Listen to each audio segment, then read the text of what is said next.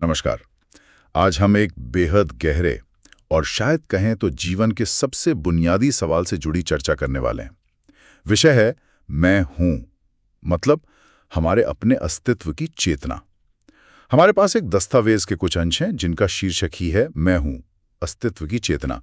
और ये अंश इस गहरी अनुभूति के मूल पर रोशनी डालने की कोशिश करते हैं। इस चर्चा का मकसद सिर्फ बौद्धिक तौर पर समझना नहीं है, बल्कि उस एहसास को छूने की कोशिश करना है जो हम सबके भीतर है। ये जानना कि शरीर, विचार, भावनाओं और तमाम पहचानों के शोर के पीछे हम असल में क्या हैं। स्रोत हमें इसी अंदरूनी खोज पर ले जाने का वादा करते हैं। तो देखते हैं। शुरुआत स्रोत की एक बहुत ही दमदार पंक्ति से करते हैं। जब तक मैं हूं का बोध है, तब तक ईश्वर अनुभव से दूर नहीं। ये पंक्ति रुक कर सोचने पर मजबूर करती है। पहली नजर में शायद सरल लगे, पर इसमें गहरा अर्थ छिपा है। इसका क्या मतलब हो सकता है कि सिर्फ होने का एहसास हमें किसी परम अनुभव के करीब ले जाता है। हाँ, ये पंक्ति बिल्कुल बिल्कुल मुद्दे की जड़ पर चोट करती है। स्रोत इशारा करते हैं कि जिसे हम आमतौर पर मैं कहते हैं, मेरा नाम, मेरा शरीर, मेरे विचार, मेरी कहानियां वगैरह, वो असल मैं नहीं है। वो सब तो जैसे ऊपरी सतह है।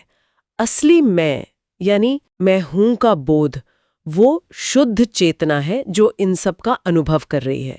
शरीर एक माध्यम है, मन एक उपकरण है, लेकिन जो अनुभव कर रहा है वो इन दोनों से परे है। और स्रोत का कहना है कि ये जो शुद्ध साक्षी चेतना है, यही दिव्यता के या कहें परम सत्य के सबसे करीब है। तो जब तक हमें अपने इस मूल होनेपन का एहसास है, तब तक वो परम तत्व हमसे दूर नहीं है। अच्छा, क्योंकि हम उसी के अंश हैं, उसी से बने हैं एक तरह से। ये तो वाकई क्रांतिकारी विचार है, क्योंकि हमारी पूरी परवरिश, समाज, शिक्षा, वो तो हमें खुद को शरीर और मन से पहचानने पर ही जोर देती है। मैं डॉक्टर हूं, मैं कलाकार हूं, या मैं खुश हूं, मैं दुखी हूं, ये सब पहचाने हैं। पर स्रोत कह रहे हैं कि इन सब के पीछे एक स्थिर मैं हूं है। जब कोई विचार नहीं, कोई भावना नहीं, कोई पहचान नहीं, तब भी आप तो होते हैं। सही बात है।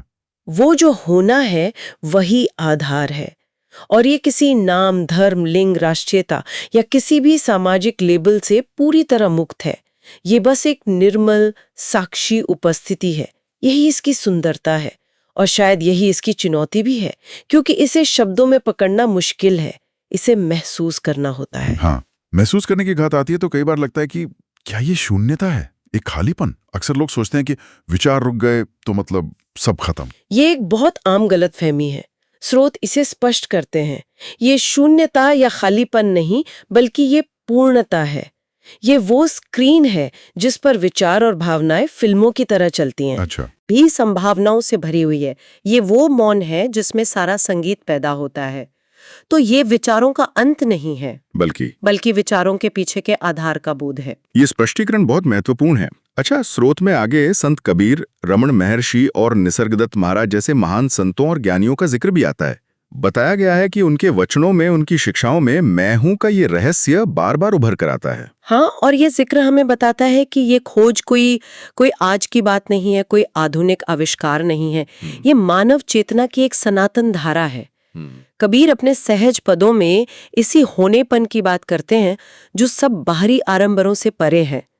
रमण महर्षि की तो पूरी शिक्षा ही मैं कौन हूं इस आत्मपरीक्षा पर केंद्रित थी। हाँ, बिल्कुल थे मैं हूं पर टिके रहूं, यही सबसे बड़ा साधन है। तो इन सभी का अलग अलग तरीकों से इशारा एक ही तरफ था, अपने बाहरी पहचानों से ध्यान हटाकर अपने होने के मूल स्रोत पर ले जाना। ये जानना आश्वस्त करता है कि इतने महान विचारकों ने इस रास्ते को दिखाया है। अब इस अमूर्त से लगने वाले विचार को थोड़ा और आसान बनाने के लिए स्रोत में कुछ रूपक या उदाहरण दिए गए हैं। पहला उदाहरण बहुत प्रसिद्ध है, समुद्र और लहर का। हाँ, स्रोत कहता है कि लहर कहती है मैं हूं, लेकिन असल में वो समुद्री है। इस पर थोड़ा और। हाँ, ये रूपक अद्भुत है, क्योंकि ये व्यक्तिगत और सार्वभौमिक चेतना के रिश्ते को बहुत खूबसूरती से समझाता है। देखिए, लहर का अपना एक रूप है, एक आकार है, एक अस्थाई पहचान है ना? वो उठती है, कुछ देर रहती है, फिर समुद्र में ही मिल जाती है। उसे लगता है मैं लहर हूँ। हाँ। लेकिन क्या वो समुद्र से अलग है? नहीं। उसका पदार्थ, उसका तत्व, उसका अस्तित्व सब कुछ समुद्री तो है। सही बात। समुद्र के बिना लहर का कोई अस्तित्व ही नहीं है। सही बात। ठीक इसी तरह स्रोत बताते हैं कि हमारा व्यक्तिगत मैं हूं का भाव, हमारी अहम मान्यता, हमारी पहचान, वो लहर की तरह है। ये उस विशाल असीम चेतना या अस्तित्व रूपी समुद्र का ही एक प्रकटीकरण है, एक लहर है बस। हम खुद को अलग समझते हैं, लेकिन हमारा मूल स्रोत वही एक है। ये रूपक हमें याद दिलाता है कि हमारी ये जो क्षणिक पहचान है वो शाश्वत तत्व से जुड़ी हुई है, उसी से बनी है और अंततः उसी में विलीन हो जानी है। यानी अलगाव का भाव एक भ्रम है, जैसे लहर का खुद को समुद्र से अलग समझना एक भ्रम है। ये बहुत गहरा है। अच्छा, दूसरा उदाहरण जो स्रोत में दिया गया है वो है दीपक की लौ का। हाँ, कहा गया है कि जैसे दीपक की लौ खुद जल भी रही है और अपने आसपास प्रकाश भी फैला रही है, आत्मा का मैं हूं भाव भी कुछ वैसा ही है। ये किस पहलू पर जोर दे रहा है? ये उदाहरण मैं हूं चेतना की एक और महत्वपूर्ण विशेषता को उजागर करता है, इसकी सक्रियता और प्रकाशमान प्रकृति। समुद्र लहर वाला रूपक हमें जुड़ाव और एकता दिखाता है। हाँ। जबकि दीपक की लौ का रूपक हमें चेतना की जागरूकता और प्रकाश वाले गुण को समझाता है। देखिए, लौ सिर्फ मौजूद नहीं है, वो प्रकाशित है, वो स्वयं प्रकाशित है, सेल्फ ल्यूमिनस। हाँ, और अपने आसपास की चीजों को भी प्रकाशित करती है, यानी देखने योग्य बनाती है। हाँ। इसी तरह मैं हूं चेतना सिर्फ एक निष्क्रिय पृष्ठभूमि नहीं है, ये वो प्रकाश है जिसमें हमारे सारे अनुभव संभव होते हैं, हमारे विचार, हमारी भावनाएं, दुनिया का दिखना, सुनना, महसूस होना, सब कुछ इसी चेतना के प्रकाश में ही प्रकट होता है। ये स्वयं जागरूक है, मतलब मैं जानता हूं कि मैं हूं, और यही जागरूकता हमारे सभी अनुभवों का आधार बनती है। बिना इस चेतना के प्रकाश के कोई अनुभव संभव ही नहीं है। तो ये सिर्फ होना नहीं बल्कि जानना भी है, एक तरह की स्वतःस्फूर्त जागरूकता। ये दोनों उदाहरण मिलकर एक ज्यादा पूरी तस्वीर बनाते हैं, एकता भी और जागरूकता भी। अब सवाल उठता है कि इस समझ को सिर्फ बौद्धिक स्तर पर ना रखकर अनुभव कैसे किया जाए। स्रोत में इसके लिए एक साधना अभ्यास का भी सुझाव दिया गया है।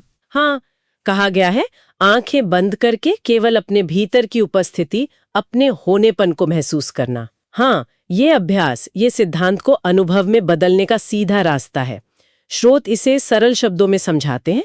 आराम से बैठें, आंखें बंद करें और अपना ध्यान बाहर की दुनिया से हटाकर सिर्फ अपने अंदर महसूस हो रहे होने के भाव पर टिकाएं। बस ये महसूस करें कि मैं हूं। शरीर में संवेदनाएं हो सकती हैं, सांस चल रही है, इन सब के पीछे जो एक स्थिर होने का एहसास है, बस उस पर ध्यान दें। और श्रोता ये भी जोड़ते हैं कि अगर कोई विचार आए तो उससे लड़ना नहीं है, उसे दबाना नहीं है, बल्कि उसे बस देखना है, एक साक्षी भाव से। हाँ, साक्षी भाव। जैसे हम आसमान में बादलों को आते जाते देखते हैं, वैसे ही विचारों को भी। ये कहना कि ये विचार भी मेरे भीतर घट रहा है, इस साक्षी भाव का क्या महत्व है? साक्षी भाव इस अभ्यास का कह सकते हैं कि मर्म है, बिल्कुल दिल है। होता क्या है कि हम आमतौर पर अपने विचारों और भावनाओं से पूरी तरह आइडेंटिफाई हो जाते हैं, एकाकार हो जाते हैं। हाँ, बिल्कुल। अगर क्रोध का विचार आया तो हम कहते हैं मैं क्रोधी हूं। अगर डर लगा तो मैं डरा हुआ हूं। साक्षी भाव इस पहचान को तोड़ता है। जब आप विचार को सिर्फ देखते हैं, बिना उसमें बहे, बिना उसे अच्छा या बुरा कहें, तो आप धीरे धीरे ये महसूस करने लगते हैं कि आप विचार नहीं हैं। अच्छा। बल्कि विचारों को देखने वाले हैं। आप वो आकाश हैं जिसमें बादल आ जा रहे हैं। और आकाश बादलों से अप्रभावित रहता है। स्रोत बताते हैं कि इस निरंतर अभ्यास से विचारों और भावनाओं की पकड़ ढीली पड़ने लगती है। आप उनके गुलाम नहीं रहते, आप उनके दृष्टा बन जाते हैं। ये एक जबरदस्त मुक्तिदायक अनुभव हो सकता है। लेकिन ये अभ्यास सुनने में जितना सरल लगता है, करने में शायद उतना नहीं। हाँ, ये तो है। मन तो भागता है, विचार तो लगातार आते हैं, कई बार निराशा भी हो सकती है कि ध्यान टिक ही नहीं रहा। ये बिल्कुल स्वाभाविक है और स्रोत भी इस चुनौती को स्वीकार करते हैं। ऐसा नहीं कि वो इसे नकारते हैं। मन का स्वभाव ही है भटकना। हजारों सालों की आदत है विचारों से जुड़ने की। सही बात। इसलिए धैर्य बहुत जरूरी है। महत्वपूर्ण ये नहीं कि विचार आ रहे हैं या नहीं, महत्वपूर्ण ये है कि जब आपको याद आए कि मन भटक गया है तो आप बिना खुद को कोसे, बिना फ्रस्ट्रेट हुए धीरे से वापस अपने होने के एहसास पर या साक्षी भाव पर लौट आएं। हर बार लौटना ही अभ्यास है। हर बार लौटना, हाँ, वही अभ्यास है। स्रोत ये भी बताते हैं कि शुरुआती दिनों में शायद बस कुछ पल के लिए ही ये शांति या साक्षी भाव महसूस हो, लेकिन धीरे धीरे निरंतर अभ्यास से ये अंतराल बढ़ने लगता है। आप अपने विचारों और अपनी असली सत्ता के बीच एक दूरी महसूस करने लगते हैं। यही प्रगति का संकेत है। तो कुंजी है निरंतरता और धैर्य, बिना परिणाम की चिंता किए। ये अभ्यास हमें धीरे धीरे उस शुद्ध मैं हूं के करीब ले जाता है, जिसकी बात हमने शुरू में की थी, जो मन के शांत होने पर शेष रह जाता है। हाँ, बिल्कुल। ये अभ्यास हमें उस शांत केंद्र से जोड़ता है जो हमेशा मौजूद है, हमेशा, भले ही सतह पर विचारों और भावनाओं का कितना भी कोलाहल क्यों ना हो। ये हमें सिखाता है कि हम उस कोलाहल से कहीं ज्यादा गहरे, स्थिर और शांत हैं। ये सिर्फ एक तकनीक नहीं है, ये अपने वास्तविक स्वरूप में लौटने की प्रक्रिया है। और इस प्रक्रिया का अंतिम पड़ाव क्या है, मतलब कहाँ तक जाती है ये? स्रोत के अंत में एक बहुत गहरा संदेश दिया गया है। ये कहता है कि जब मैं हूं का ये बोध, ये उपस्थिति की भावना स्थिर हो जाती है, मतलब हम लगातार इसमें बने रहते हैं, तो द्वैत यानी मैं और दूसरा, ज्ञाता और ज्ञेय, सब्जेक्ट और ऑब्जेक्ट का भेद मिट जाता है। हाँ। और स्रोत के अनुसार वही मुक्ति है। इसे आत्मज्ञान का आरंभ और अंत दोनों कहा गया है। इसे थोड़ा और खोलेंगे? हाँ, ये बिंदु पूरी चर्चा का सार है। द्वैत का मिटना ये सिर्फ एक फिलोसॉफिकल आइडिया नहीं है, ये चेतना की एक वास्तविक अवस्था है। जब मैं हूं का बोध इतना गहरा और स्थिर हो जाता है कि आप हर क्षण उसी में स्थित रहते हैं, तब ये एहसास खत्म हो जाता है कि मैं अलग हूं और ये दुनिया या दूसरे लोग अलग हैं। अच्छा। आपको हर चीज में वही एक चेतना, वही एक होनापन दिखने लगता है, जैसे लहर पूरी तरह जान जाती है कि वो समुद्र ही है। हाँ। ये समझ में आता है कि जिसे मैं दूसरा कह रही थी या समझ रही थी, वो भी उसी एक अस्तित्व का हिस्सा है। जी। ये अलगाव का भ्रम पूरी तरह टूट जाता है। और इसके व्यवहारिक परिणाम क्या होते हैं, मतलब जीवन जीने के तरीके में क्या बदलाव आता है? स्रोत बताते हैं कि इसके परिणाम क्रांतिकारी होते हैं।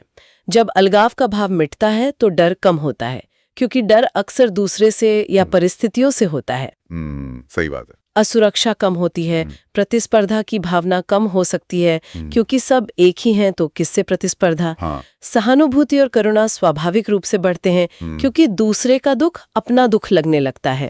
रिश्तों में अधिक खुलापन और प्रामाणिकता आ सकती है। जीवन के उतार चढ़ाव को अधिक समता और शांति से स्वीकार करने की क्षमता बढ़ती है। इसीलिए स्रोत इसे मुक्ति कहते हैं। ये बाहरी परिस्थितियों से मुक्ति नहीं है, बल्कि अपने ही बनाए हुए अलगाव, डर और अज्ञान के बंधनों से मुक्ति है। और इसे आत्मज्ञान का आरंभ और अंत दोनों क्यों कहा गया है? ये थोड़ा कंफ्यूजिंग लग सकता है। हाँ, देखिए, आरंभ इसलिए क्योंकि मैं हूं के बोध पर टिकना ही आत्मखोज की यात्रा की शुरुआत है।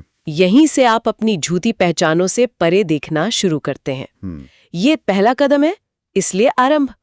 और अंत इसलिए क्योंकि जब ये बोध पूरी तरह स्थिर और सहज हो जाता है, जब द्वैत पूरी तरह मिट जाता है, तो यात्रा पूरी हो जाती है। मंजिल आ गई। हाँ, आप अपने वास्तविक स्वरूप, उस परम सत्य में स्थित हो जाते हैं।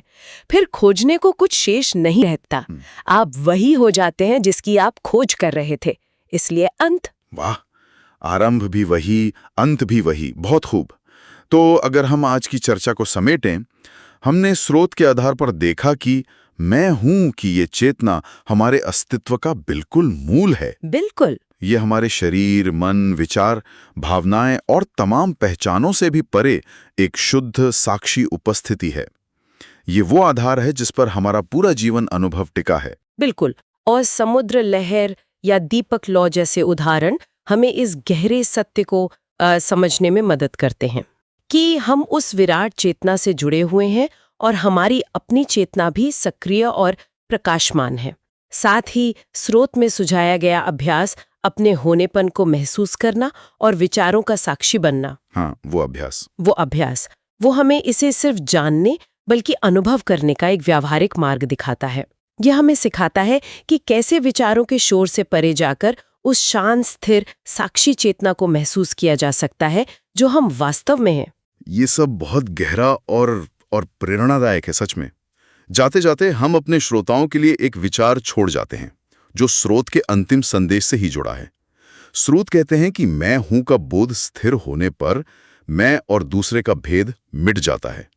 तो ये सोचना वाकई दिलचस्प है। अगर हम रोजमर्रा की जिंदगी की भागदौड़, अपनी जिम्मेदारियों, रिश्तों और चुनौतियों के बीच भी किसी तरह मैं हूं कि इस निरंतर शांत साक्षी चेतना को थोड़ा थोड़ा बनाए रखने का अभ्यास करें, शायद सिर्फ कुछ पलों के लिए ही सही, दिन में कभी कभी, तो इससे दुनिया को, लोगों को और खुद को देखने का हमारा नजरिया कैसे बदल सकता है। क्या इससे हमारे अंदर का डर, गुस्सा या वो जो अलगाव का भाव है, क्या वो वाकई कम हो सकता है? ये सवाल अपने आप में एक ध्यान बन सकता है। सोचने के लिए छोड़ते हैं।